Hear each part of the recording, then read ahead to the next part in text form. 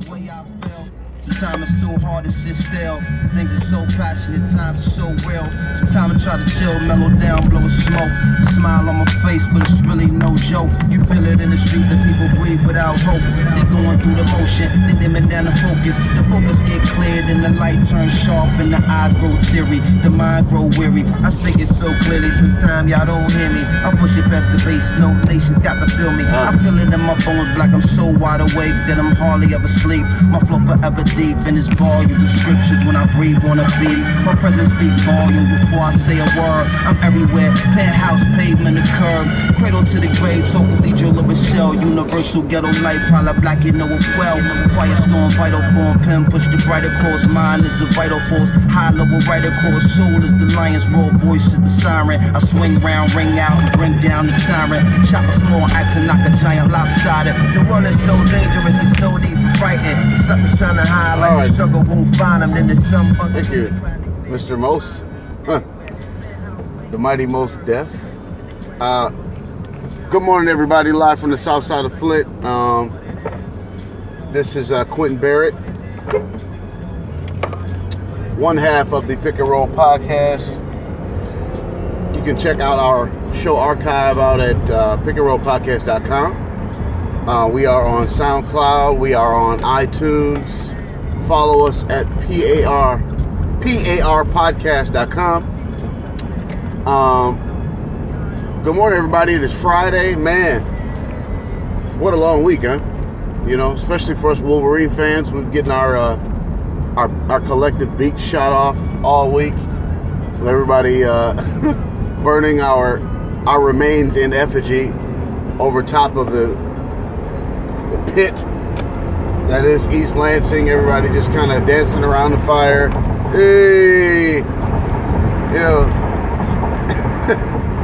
getting their kicks at watching us burn, because that was pretty traumatic loss we took last Saturday. But it's another day. We live to fight another day, and I think that that game will go down not only in history, but it will probably be footage that Michigan fans, Michigan alum will have to watch if they're watching any sports footage, whether college or pro.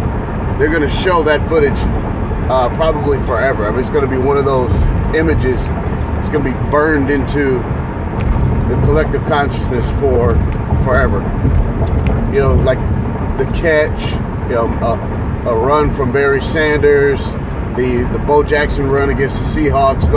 Those kinds of plays that sports fans all understand. That's going to be one of them, I think. You know, and hey, I hate it had to be us, but that's what it is. You know, poor decision to punt there, poor decision not to play max protect, excuse me, and a poor handle of the snap. You know, it is what it is.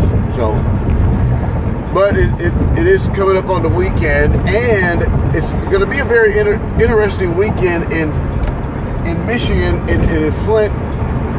A lot of interesting information has come out over the last couple of days regarding not just specifically the water situation, but how the water and the water quality was manipulated, or the information regarding that was manipulated for political capital.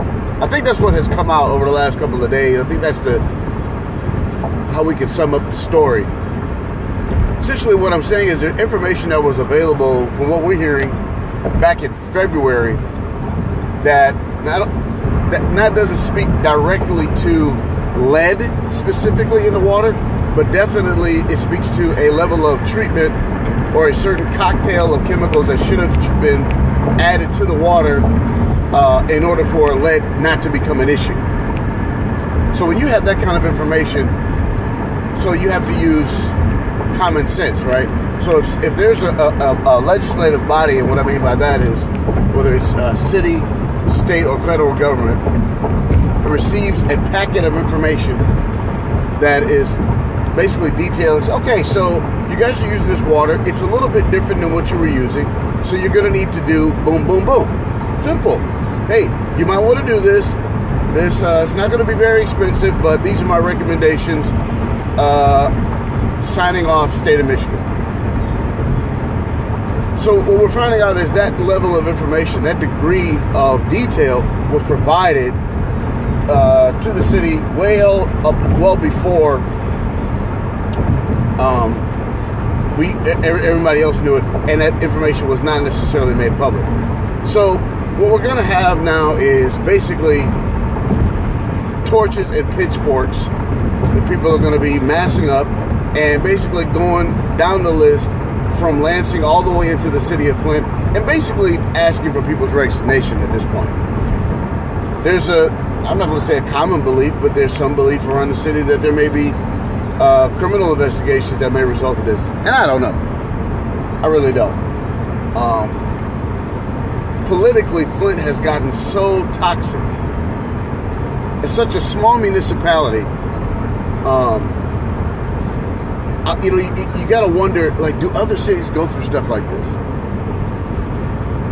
I always say that Flint is not unique in its tone, in its pace. There are other cities, especially in the Rust Belt, there are other cities throughout the country with similar demographics, similar size, and possibly similar political challenges that it faces. Now, of course, Flint is unique in some respects, but overall, I gotta think that there's some other cities that we could look to for examples of what to do or what not to do. I would think that, and I don't know who. I could be off base.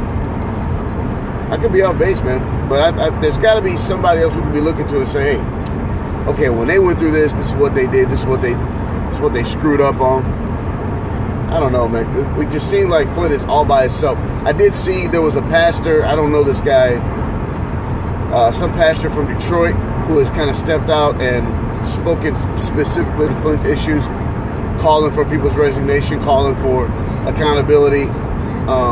And that was clutch to me, because what I said earlier was, we weren't getting any, it didn't seem like we were getting any involvement from any other city inside the state of Michigan.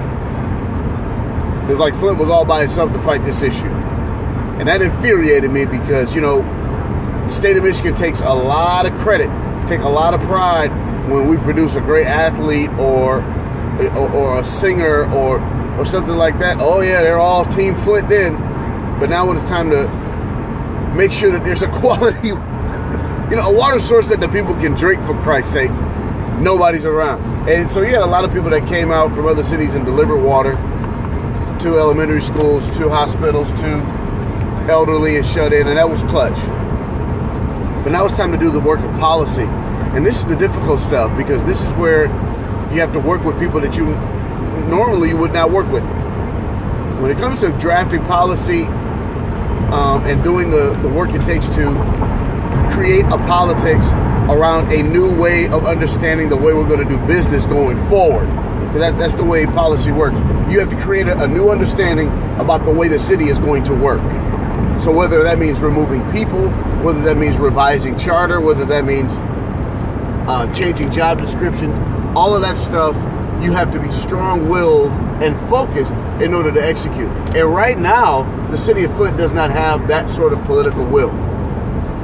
From the elected officials down to the voters, they do not have that degree of political will. So it's going to take some outside sources to kind of create some context to say, hey, you guys can do this. Boom, boom, boom, boom, boom. We'll take this portion of it. You guys focus on that. That's the kind of help that municipalities get when something serious like this is on the line. You bring in experts, yeah, but it also takes other municipalities sharing the weight.